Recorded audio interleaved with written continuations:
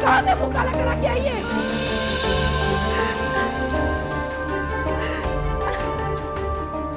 बस कर दे अम्मी, खुदा का वास्ता है बस कर दे।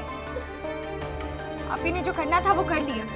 अब शोर मचाकर सारी दुनिया में तमाशा लगाने का कोई फायदा नहीं है। तमाशा?